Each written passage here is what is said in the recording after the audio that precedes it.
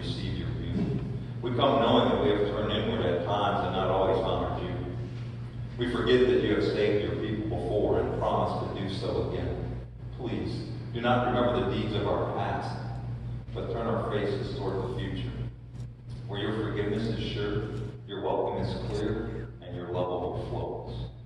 In the presence of God, our sins are forgiven. And Jesus invites all of his children to come to this table and share in his holy feast. As forgiven children of God, let us share God's peace with one another.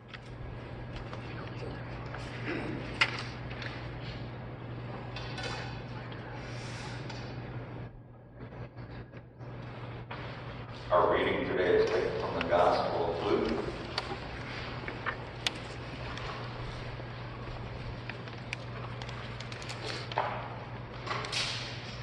Now, as Jesus and his disciples went on their way, he entered a certain village where a woman named Martha welcomed him into her home. She had a sister named Mary who sat at the Lord's feet and listened to what he was saying. But Martha was distracted by her many tasks. So she came to him and asked, "Lord, do you not care that my sister has left me to do all the work by myself? Tell her then to help me." But the Lord answered her, "Martha, Martha, you are worried and distracted by many things. There is need of only one thing. Mary has chosen the better part, which will not be taken away from her." The word of God for the people of God. Please be seated. Well, grace and peace for the disciples of Jesus. I find it interesting that advertisers have the unique ability to sell us products we didn't even know we needed. Some of these advertisers are geniuses at convincing us that if we just had their product, it would fill some hole in our lives and would bring us complete satisfaction.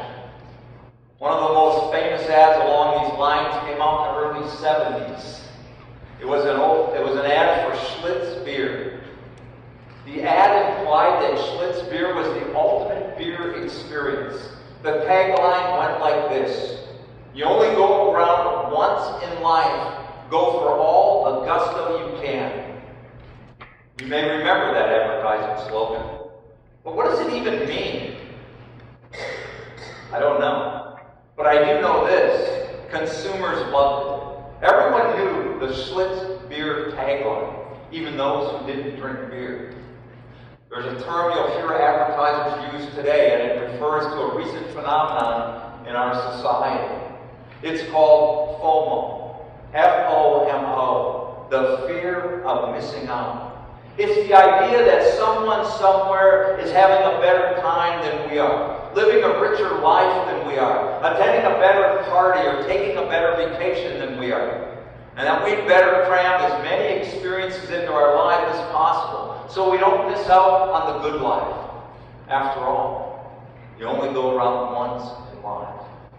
Texting and the rise of social media made FOMO even worse. Suddenly, you can let your friends know that you were at the coolest new restaurant in town. Or you could post pictures of yourself at that much-desired vacation spot. Now, everybody felt this instant pressure to do more, to search for some new and amazing experience or adventure that they could impress their friends with. And a new issue arose.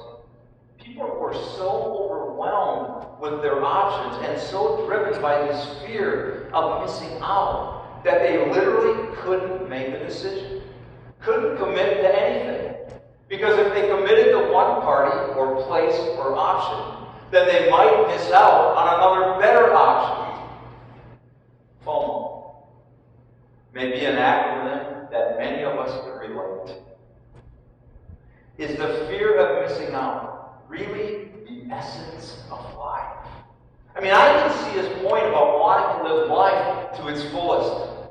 But is all this anxiety and chasing down better options what a full life is really all about? I think Jesus is addressing this question in our passage today. But his definition of living life to the fullest is different from ours. Two sisters, Mary and Martha, open their home to Jesus. Martha wants to be the good host, so she rushes around fixing the meals, setting the table, taking care of all the details. Now let's be clear about this. Marthas are vitally important in our lives. Some of us would be in trouble if we didn't have a Martha to make sure things get done. Still, the hard work and attention to detail of the Marthas of this world often gets overlooked. Martha's sister Mary, she wants to be a good host too, but she has a different way of approaching him.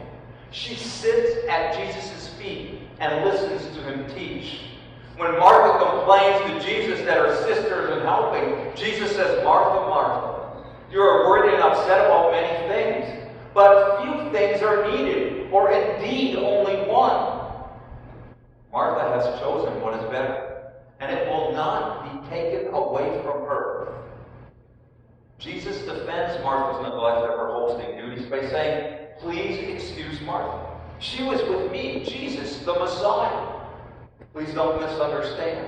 He isn't trying to pile more guilt on Martha's shoulders, but he's trying to teach the sisters about the essence of life. Life is short. Yes, you only get to go around once, but don't get lured into using up your energy on what doesn't matter. Only one thing matters. It is the better option, and yes, it cannot be taken away from you. I believe it is the best cure for FOMO there is, sitting at the feet of Jesus. Jesus is saying here, don't miss out on this opportunity to know me, to know God. Our society promotes backwards priorities.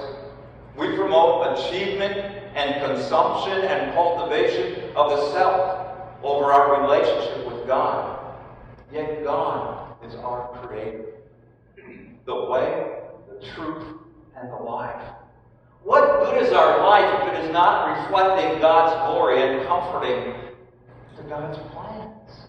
I mean, if we're not reflecting Christ to others, really, what is our life all about? You know, I just wrote a card to a dear friend in Cincinnati. I think many of you know I go over and stay with this friend for the ATP tennis matches in the summer for a couple nights. And his daughter, after being married for 20 years, is going through a divorce. Has 3 children. She's a wonderful girl, and she's a teacher. She's really going through a mess right now. So I sat down and wrote her a card yesterday.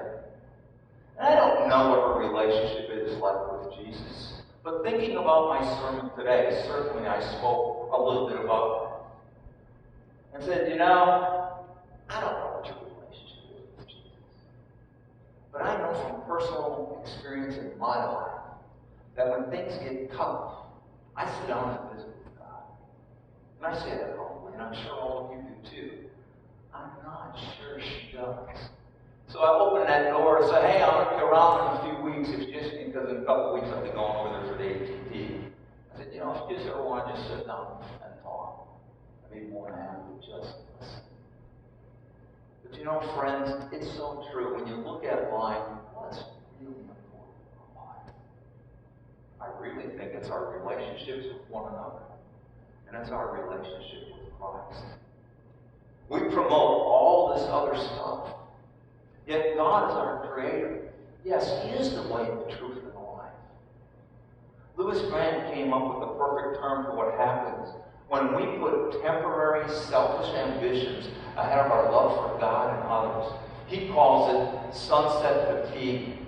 When we come home at the end of a day's work, those who need our love the most, those to whom we are most committed, end up getting the leftovers. Sunset fatigue is when we are just too tired or too drained or too preoccupied to love the people to whom we have made the deepest promises. And that includes God. All of Martha's rushing around to serve Jesus was draining her. She was developing sunset fatigue. If she didn't stop and just enjoy Jesus' presence, then He would end up getting the leftovers of her love and attention. Jesus is also saying here, don't miss out on the opportunity to give love and to receive love. After all, isn't this the true essence of life? A pastor named Stuart Sachs tells of serving a church in Paraguay. One day, a native from Paraguay named Raphael came to visit Sachs. When Sachs asked Raphael what he wanted, Raphael replied in his language, "I don't want anything. I have just come to be near." Raphael just wanted to sit on Sachs' porch and be near to his new friend. He just wanted to enjoy his presence. Many of us were raised in a legalistic church. Worship for many of us is a weekly obligation. But this is the wrong approach to worship. Worship is about enjoying God's presence. It's about giving and receiving love. Did you know that the purpose of worship is giving and receiving love? It is coming into God's house and expecting to feel that love. How sad it would be if we missed out on that opportunity. And finally, Jesus is saying here, don't miss out on the joy of living in this moment. Because God made you for joy.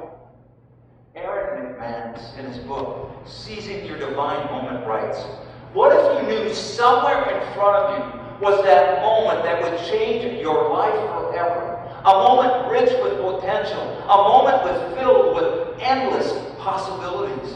What if you knew there was a moment coming, a divine moment, one where God would meet you in such a way that nothing would be the same again?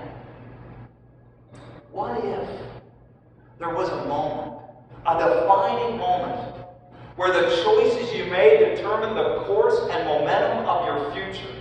I mean, how would you treat that moment? How would you prepare for it? The only moment you must take responsibility for right now is the one in front of you. The moment you are in right now is to be seized, to be made the most of.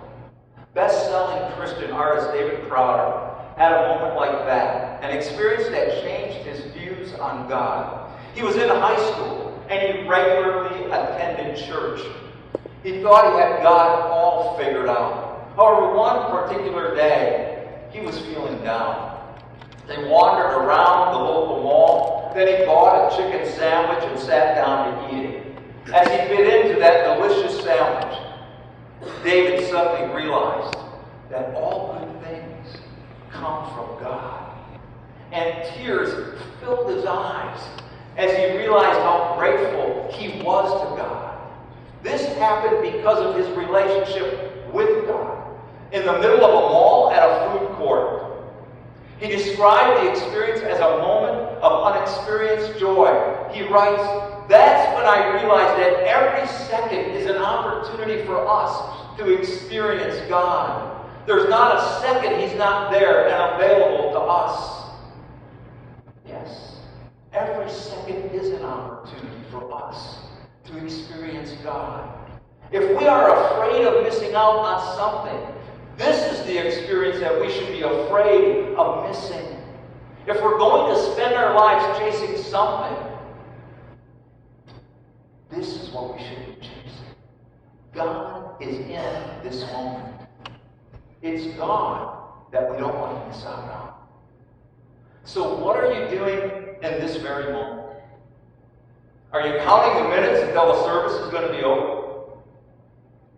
Are you praying to God right now? Are you focused on Him?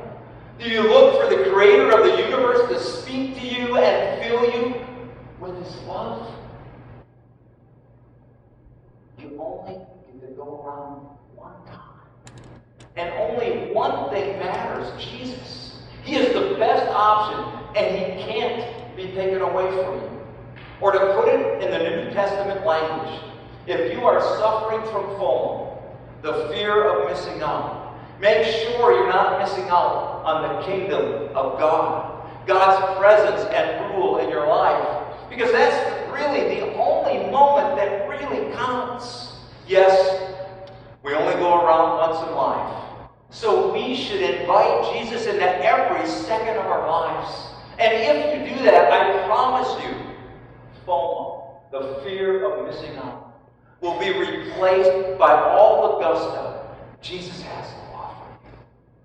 Jesus will bring you joy by touching your relationships, by opening your mind to new new possibilities, giving you courage to experience new things, and remove the fear that so often holds us back. There will be no more suffering from FOMO, because you will be too busy experiencing God's plan for your life.